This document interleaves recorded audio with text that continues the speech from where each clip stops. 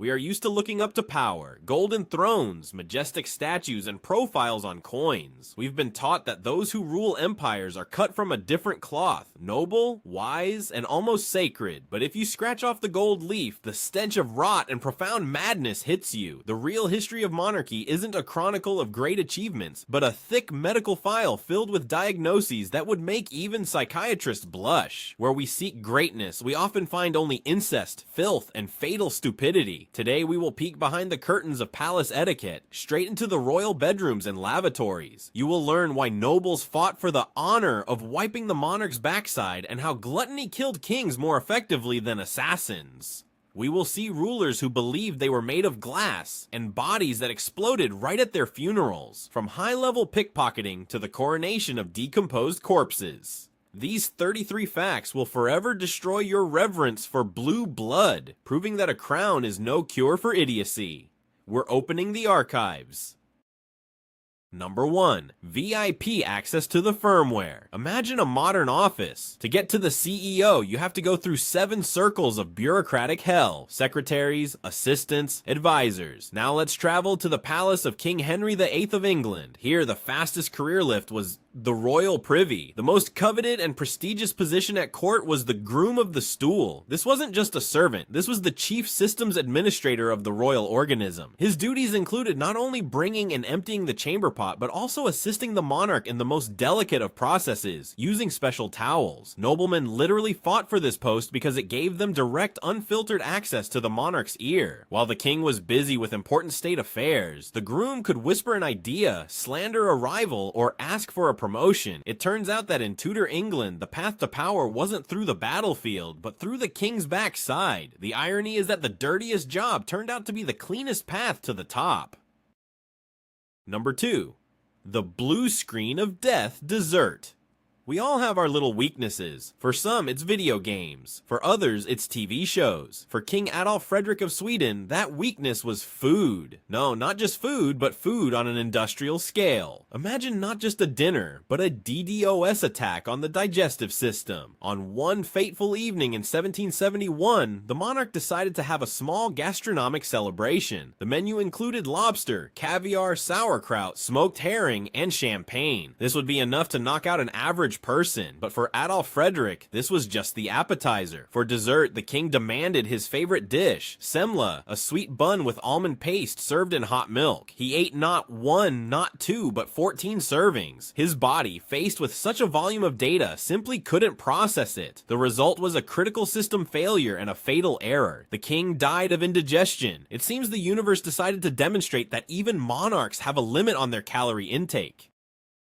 Number 3, the crystal upgrade. We're used to everyone having their own bugs in their head, but for King Charles VI of France, nicknamed the Mad, it wasn't just a bug that had settled in his head, but an entire glass factory. One day, the monarch decided that his body was made of thin, fragile glass. This wasn't a whim, but a systemic bug in his psyche, known today as the glass delusion. The king was terrified that he might be shattered. He forbade courtiers from touching him and moved with extreme caution. To protect his crystal shell, he ordered iron rods to be sewn into his clothes, a kind of external reinforcing frame. Imagine the ruler of a vast country sitting on his throne, afraid to make a wrong move lest he shatter into 1,000 pieces. His brain had simply rewritten the basic code of his reality perception, replacing flesh and blood with glass. The irony is that the most powerful man in France became a hostage to the most fragile of illusions.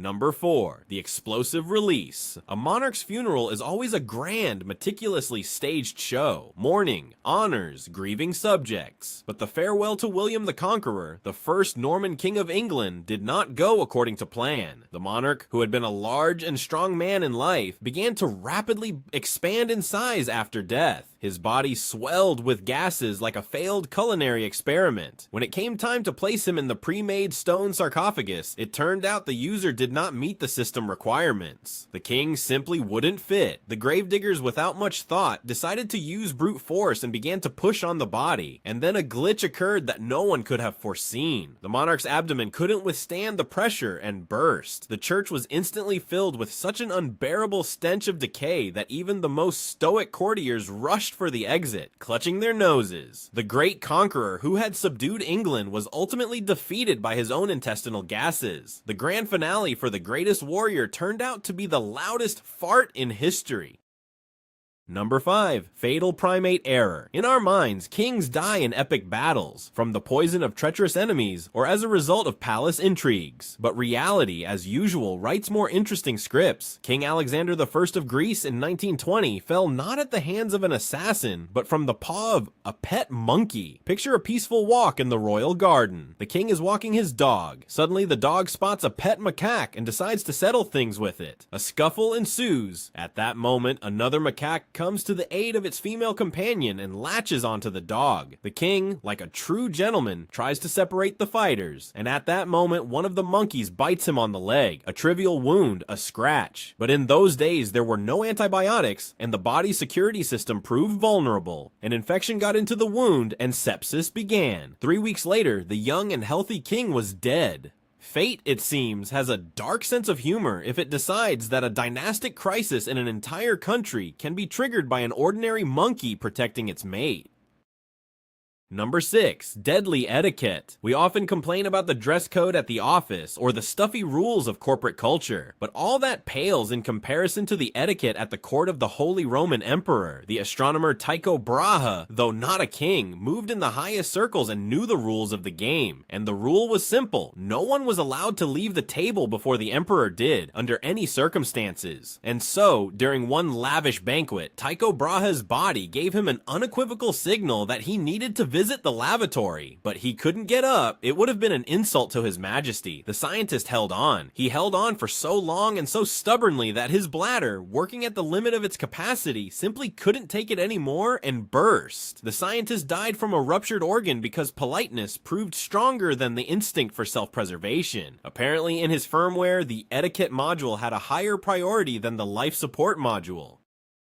Number 7. The genetic recursive loop. The Habsburg dynasty was obsessed with blood purity. They became so engrossed in marriages between close relatives that they turned their family tree into a closed loop. The culmination of this systemic failure was King Charles II of Spain. His coefficient of inbreeding, that is close relative breeding, was higher than that of a child born from the union of a brother and sister. He was a walking collection of genetic errors. Nature, faced with so much repetitive code, simply issued a critical error. Charles was intellectually disabled, suffered from epilepsy, and a whole host of other diseases. His famous Habsburg jaw was so pronounced that he couldn't chew his food properly and had difficulty speaking. He became the last of his dynasty in Spain because his body was so broken that it couldn't perform the basic function of reproduction. He was a living monument to the fact that trying to create a perfect breed often leads to the creation of a non-viable prototype.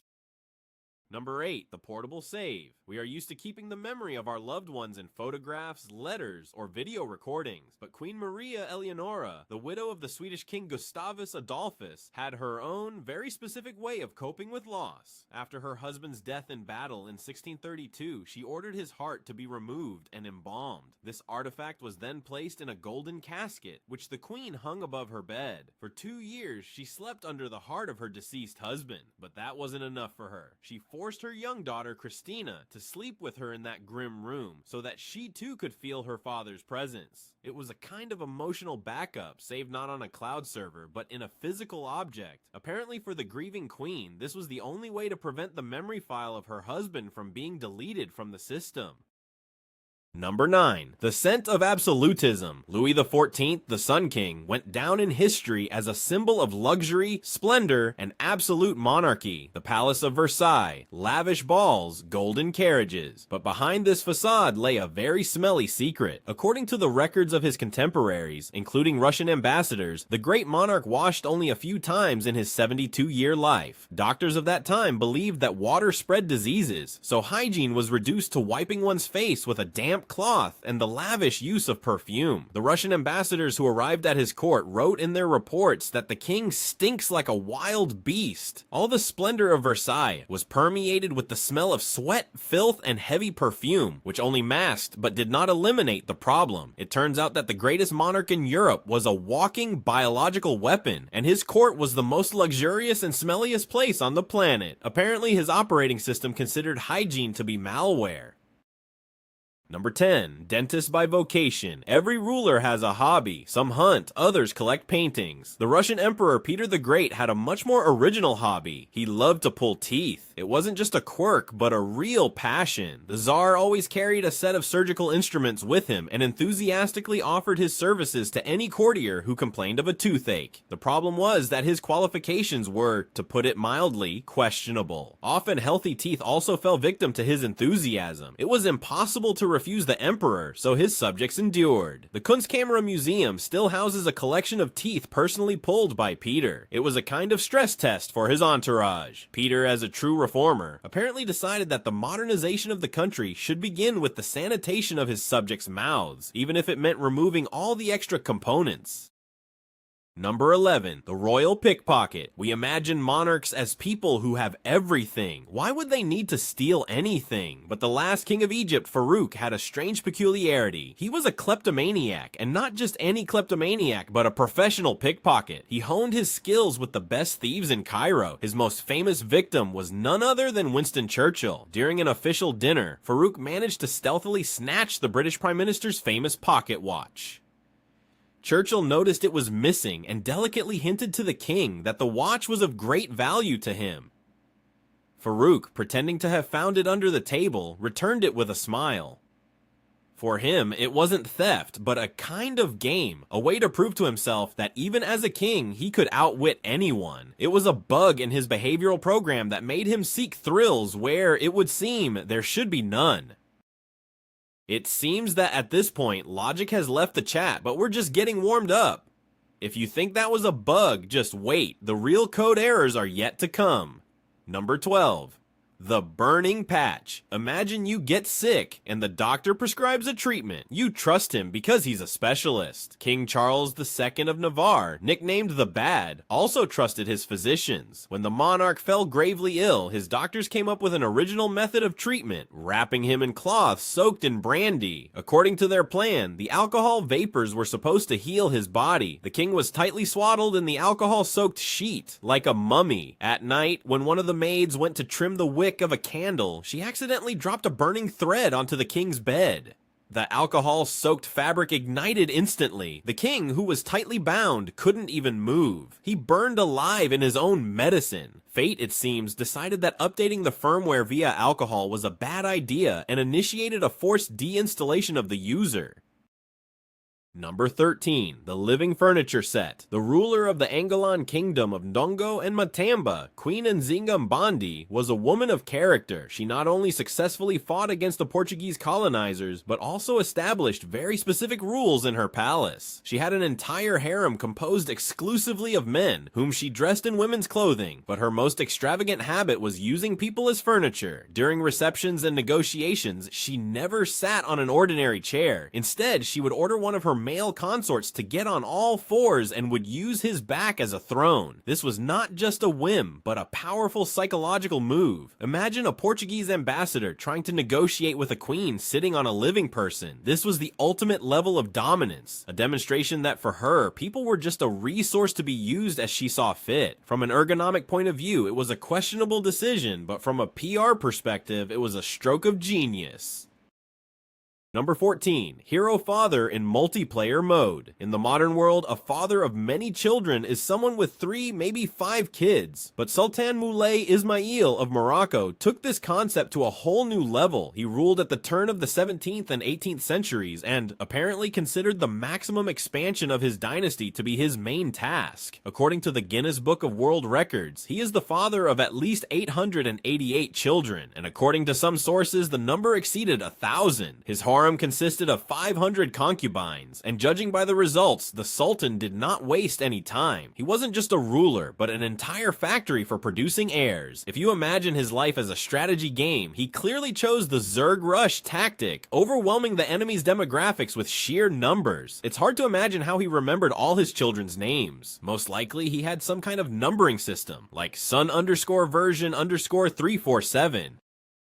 Number 15. Biological weapon of the ancient world. We're used to war being about tanks, planes, and missiles, but in ancient times, any means were good for victory. The general Hannibal Barca, though not a king, thought on a truly royal scale. During one naval battle against the fleet of Pergamum, he faced a numerically superior enemy, and then he used a tactic that today would make any biological weapons commission shudder. He ordered his soldiers to collect as many poisonous snakes as possible and stuff them into clay pots. When the enemy ships came within range, the Carthaginians began catapulting these packages onto the enemy decks. Imagine the horror of the Pergamene sailors as hundreds of hissing, writhing snakes rained down on them from the sky.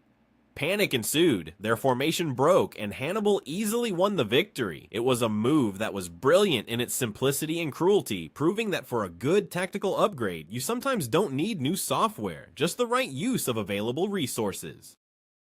Number 16. The erotic exoskeleton. King Edward VII of Great Britain was known for his love of life in all its manifestations. He was particularly interested in the part of life that involved ladies. However, the monarch had one problem. He was extremely obese. His weight prevented him from fully enjoying the company of his mistresses, as he risked simply crushing them. But engineering does not stand still, especially when it comes to royal pleasures. A special device was constructed for Edward, known as the love chair, siège d'amour. It was a sleigh-like structure that allowed the king to position himself comfortably and make love to two ladies at once, without exerting much physical effort and without burdening them with his weight. It was a true exoskeleton for pleasure, a custom device created to solve a very specific user task. Apparently, when you're a king, you can even order special equipment with extended functionality for love. Number 17. Necro-romance. Love comes in many forms. Happy, tragic, unrequited. And then there's a love that doesn't even recognize a systemic limitation like death. Queen Joanna of Castile, nicknamed the Mad, was madly in love with her husband, Philip the Handsome. When he died suddenly, her world collapsed. But she did not accept it. Joanna refused to bury her husband and carried his embalmed body with her across the country for several years. Periodically, she would order the coffin to be opened just to look at him, to hug and kiss his decaying remains. For her, he wasn't dead, just in sleep mode. Her brain refused to accept reality and tried to roll the system back to the last successful save. It was a tragic story of how love can turn into an obsession that breaks the firmware and forces one to commit completely irrational acts, ignoring even the basic laws of biology. Number 18. The hidden process in the task manager. State council meetings are dull and monotonous events. Discussions of laws, taxes, budgets. But the Danish king Christian VII found a way to spice up this routine. The monarch suffered from a number of mental disorders, one of which was hypersexuality. His craving for carnal pleasures was so strong that he couldn't control himself even while dealing with the most important state affairs. According to contemporary accounts, during council meetings, Christian would often masturbate right under the table while his ministers reported on the state of the country. It was a kind of background process that the king ran to cope with stress and boredom. It's hard to imagine how this affected the quality of the decisions made. Perhaps some laws in the 18th century Denmark were passed at moments of particularly intense royal ecstasy. Number 19. The fashion for cavities. These days, a snow-white smile is a sign of health and success. But in the time of Queen Elizabeth I of England, things were different. The Queen had a terrible sweet tooth. Sugar at that time was an expensive imported product available only to the wealthiest. Elizabeth consumed sweets in such quantities that her teeth eventually turned black and rotten. But since she was a style icon and a trendsetter, her floss suddenly became a trend. Court ladies, to please the Queen and show their belonging to the elite, began to deliberately blacken their teeth with coal. Black teeth became a symbol of wealth. They seemed to say, I can afford so much sugar that my teeth have gone bad. It was an amazing example of how a bug can be declared a feature. The system simply rewrote the perception code, and what was a sign of disease became a sign of high status.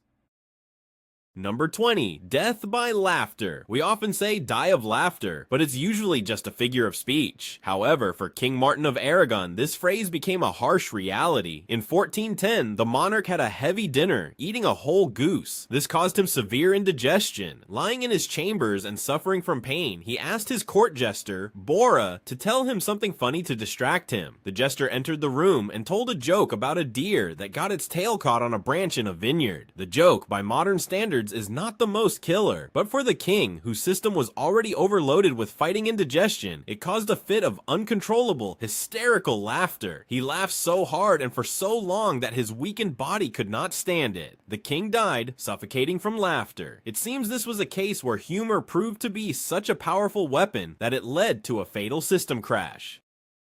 Number 21. The posthumous promotion. Normally, a coronation is the beginning of a reign, but in the history of Portugal, there was a case where a dead person was crowned. The love story of the Portuguese Prince Pedro and his mistress, Inês de Castro, is the plot for a tragic series. His father, the king, was against their relationship and ordered Inês to be killed. When Pedro himself ascended the throne, his revenge was terrible. He not only found and executed the murderers, but also decided to restore justice in his own, very specific way. He ordered the body of Inês to be exhumed, dressed in royal robes, and placed on the throne next to him. Then he forced all the courtiers to approach the decaying corpse one by one and kiss its hand, swearing allegiance to their new dead queen. This was not just an act of love, but an act of absolute power, showing that his will was stronger even than death. He literally hacked the system and assigned the status of queen to a user who had already been deleted.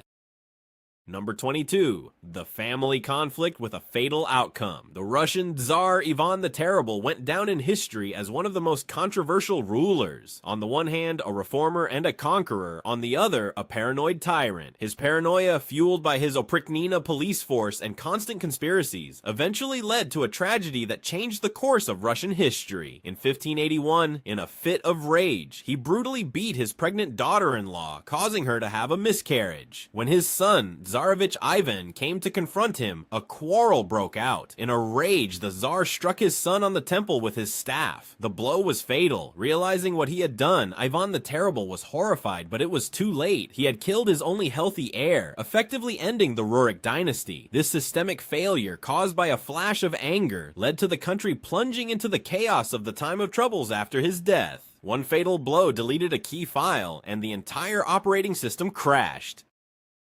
At this stage, the scriptwriters of reality apparently went to lunch and let an intern write the plot. Do you smell that? That's the smell of a burning common sense processor. Number 23. The royal crash on the toilet. Death can find you anywhere. On the battlefield, in bed, at the dinner table. The British King George II found an even more original place for his departure. On the morning of October the 31st, 1760, the 76-year-old monarch went to the toilet as usual. He suffered from constipation, and apparently that morning decided to make a particularly great effort. He strained so hard that it caused a sharp spike in his blood pressure. His aorta, weakened by age, could not withstand it and ruptured. An aortic dissection occurred, and the king died almost instantly, sitting on his royal commode. It was perhaps the most prosaic and at the same time the most unexpected end for the monarch of a great empire. The system failed at the most inconvenient moment and in the most inconvenient place, proving that even kings are not immune to everyday blue screens of death.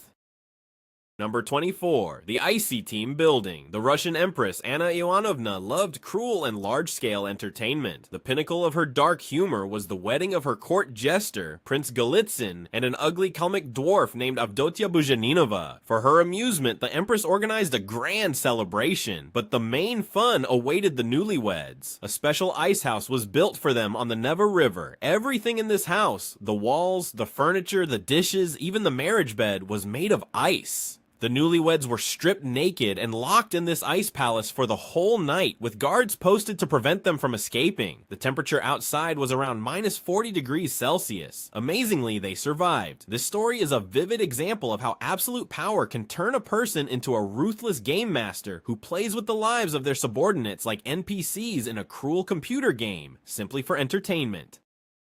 Number 25. The Interface Curse. When we look at portraits of the Habsburg dynasty, one common detail catches the eye: a massive, protruding lower jaw. This was not a sign of a strong will. It was the result of centuries of inbreeding, a genetic bug that was passed down from generation to generation and became known as the Habsburg jaw. Because of this jaw deformity, many members of the dynasty couldn't close their mouths properly and had difficulty chewing their food. They constantly looked as if they were displeased or surprised about something. It was a prime example of how a bug in the code can spoil the user interface. Nature, tired of the same genetic material, simply started copying the same error over and over again until it became the trademark of an entire dynasty. In their case, the pursuit of purity led to the creation of an extremely inconvenient and non-functional design.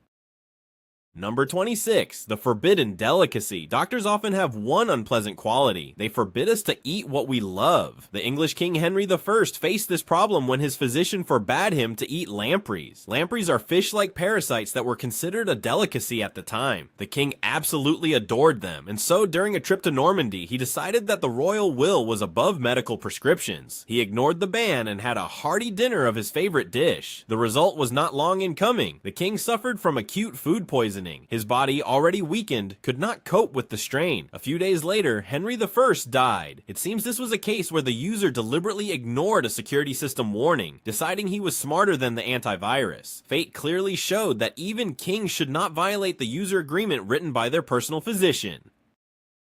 Number 27, the mass deletion of users. The Ottoman Sultan Ibrahim I, nicknamed the Mad, fully lived up to his moniker. His reign was a series of irrational and cruel acts. The culmination of his madness was the story of his harem. One day, the Sultan was informed that one of his 280 concubines was cheating on him. Instead of conducting an investigation to find the culprit, Ibrahim solved the problem radically. He didn't bother with a search. He simply ordered his entire harem to be drowned in the Bosphorus. 280 women were put into sacks with weights and thrown into the water. This was a mass deletion of users without distinction, simply because the system suspected the presence of one viral file. This act of senseless cruelty shows how absolute power, multiplied by mental instability, can lead to catastrophic failures with a huge number of victims.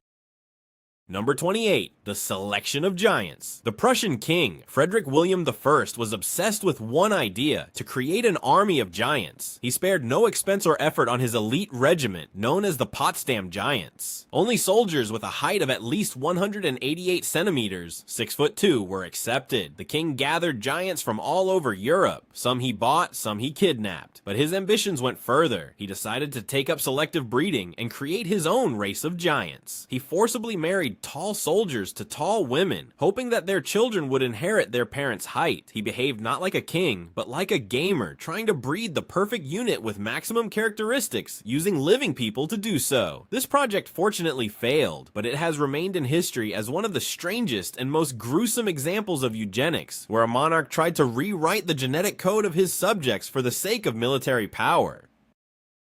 Number 29, private mode. King Ludwig II of Bavaria was a man not of this world. He preferred the world of his fantasies to the real world. He built fairy tale castles, adored Wagner's operas, and was terrified of people. His social phobia reached such a level that he couldn't even stand the sight of servants during meals. To solve this problem, he resorted to engineering genius. In his Linderhof Palace, a special disappearing table was constructed. The table was installed on a lifting mechanism. It was set in the kitchen on the floor below and then raised into the dining room. Thus the king could dine in complete solitude without seeing a single living person. It was a kind of private mode built into the architecture of the castle. Ludwig created a perfect world for himself, a world without prying eyes, where he could be alone with his dreams. It was the most expensive and technologically advanced system of social isolation ever created.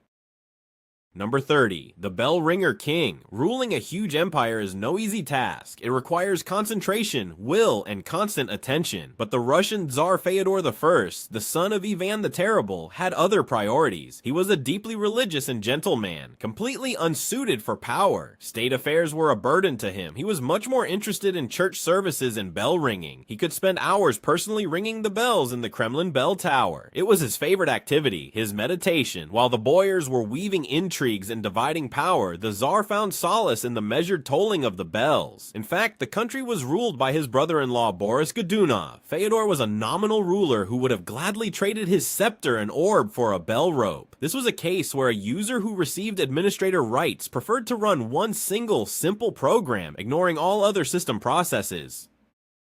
Number 31. The royal pedicure. At the courts of European monarchs, there were countless positions, many of which seem absolutely absurd to us today. For example, the French kings had a special servant whose sole and main duty was to trim the monarch's fingernails. This was not just a hygienic procedure, but a whole ritual. After the nails were neatly trimmed, they were not thrown away. They were ceremoniously burned. It was believed that a monarch's cut nails or hair could be used in witchcraft rituals to cast a curse on him. Therefore, they were destroyed with special precautions. Imagine a person whose career and social status depended entirely on the timely and high-quality care of the royal nails. This was the most highly specialized systems administrator responsible for deleting temporary files from the royal body.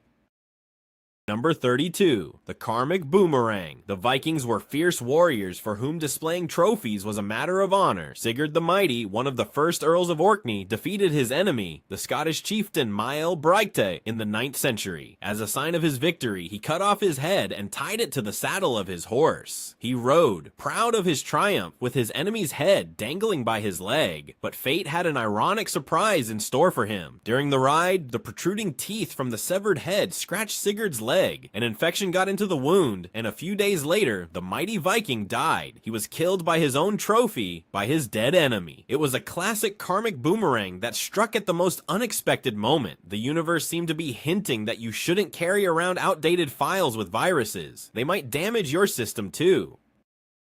Number 33. The pregnant upgrade. The Roman Emperor Nero was known for his insane and cruel antics. One of his strangest endeavors was the story of a boy named Sporus, who bore a striking resemblance to his deceased wife, Poppaea. Nero ordered Sporus to be castrated, and then threw a lavish wedding where the boy played the role of the bride. The emperor dressed him in women's clothes and appeared with him in public. But that wasn't enough for him. In his madness, Nero went even further. He forced Sporus to fake pregnancy and even childbirth. Entire theatrical performances were staged for this purpose. This was an attempt not just to replace a lost function in the system, but to completely rewrite its code, forcing a man to perform female roles. Nero tried to play God, changing the nature of people at his whim, which ultimately became one of the nails in the coffin of his reputation and his reign. And so, our tour of the halls of the Royal Museum of Stupidity comes to an end. We have seen that even the most powerful operating systems, called monarchs, were full of bugs, vulnerabilities, and outright systemic failures. History is not a smooth, polished surface, but rather an old hard drive with bad sectors and corrupted files that by some miracle still works. It seems that the chief programmer of this universe has a very peculiar sense of humor. And now, as we close the doors of our archive, I have a question for you. We have looked at 33 exhibits. What fact number 34 would you add to our collection? Write it in the comments. Perhaps the most absurd systemic failure in human history has yet to be found.